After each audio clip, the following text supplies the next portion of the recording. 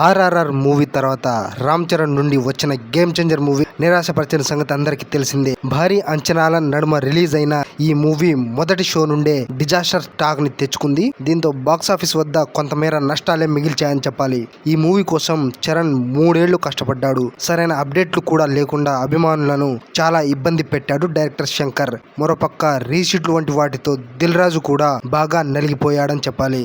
అయితే పెద్ది గ్లిమ్స్ వాటన్నిటిని మరిపించింది. అలాగే ఈ సినిమాపై చరణ్ చాలా కాన్ఫిడెంట్ గా ఉన్నాడు. ఇటీవల ఓ కార్యక్రమంలో రామ్ చరణ్ పెద్ది మూవీ గురించి మాట్లాడుతూ, పెద్ది మూవీ రంగస్థలం ఆర్ఆర్ఆర్ సినిమాల కంటే కూడా చాలా ఎగ్జైటింగ్ గా ఉంటుంది.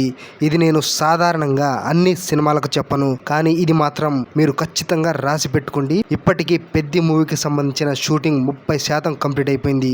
ఇంకా 70% మిగులుంది. అయినా సరే నేను ఇంత కాన్ఫిడెంట్ గా చెప్తున్నాను అంటే మీరు అర్థం చేసుకోవచ్చు అంటూ చెప్పుకొచ్చాడు రామ్ చరణ్. చరణ్ మాటల్ని బట్టి పెద్దిపై అతనికి ఎంత కాన్ఫిడెన్స్ ఉందనేది అర్థం చేసుకోవచ్చు. మరోపక్క ఇదే కార్యక్రమంలో పవన్ కళ్యాణ్ గురించి, జనసేన పార్టీ గురించి చెప్పాలని చరణ్ ను డిమాండ్ చేశారు అభిమానులు.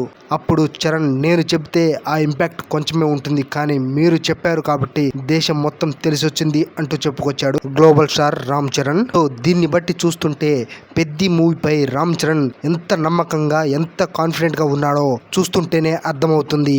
ఈసారి పెద్ది మూవీ తోటి ఖచ్చితంగా వరల్డ్ వైడ్ సునామీని సృష్టించడానికి రెడీ అవుతున్నాడని అర్థమవుతుంది. కేవలం ఒక్క గ్లిమ్స్ తోటే వరల్డ్ వైడ్ గా, అలాగే ఇండియా వైడ్ గా భారీ ట్రెండ్ క్రియేట్ చేసింది పెద్ది గ్లిమ్స్. ఇక గ్లిమ్స్ చివరన వస్తున్న ఆ క్రికెట్ షాట్ నైతే ఎంతో మంది క్రికెట్ అభిమానులు, అలాగే ఫ్యాన్స్, అలాగే మూవీ లవర్స్ అయితే రీక్రియేట్ చేస్తూ ఎన్నో మిలియన్ల రీల్స్ అయితే చేశారు.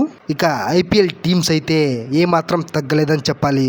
అదే విధంగా రాజస్థాన్ రాయల్స్ అయితే ఒక అడుగు ముందుకేసి మరి ఆ పెద్ది మూవీ గ్లిమ్స్ సంబంధించిన లాస్ట్ క్రికెట్ షాట్ ని రీక్రియేట్ చేస్తూ ఒక రీల్ అయితే చేయడం జరిగింది. అదంతా మనమందరం కూడా చూసాం. ఇక మరోపక్క పెద్ది మూవీకి సంబంధించిన సాంగ్స్ దాదాపు కంపోజింగ్ కంప్లీట్ చేయడం అయితే జరిగింది ఏఆర్ రెహమాన్. ఇక రెహమాన్ కు ఏదైనా ఒక సినిమాకు సంబంధించి మ్యూజిక్ ఇవ్వాలంటే ఆ మూవీపై, అలాగే ఆ స్క్రిప్ట్ పై ఎంజాయ్ చేయకపోతే తప్ప ఆ మూవీని ఒప్పుకోడు. అదే విధంగా రెహమాన్ పెద్ది మూవీకి మ్యూజిక్ డైరెక్టర్ గా ఒప్పుకొని మరి ఈ మూవీకి మ్యూజిక్ ఇస్తున్నాడంటేనే మనం అర్థం చేసుకోవచ్చు మూవీ ఏ రేంజ్ లో ఉండబోతుందో.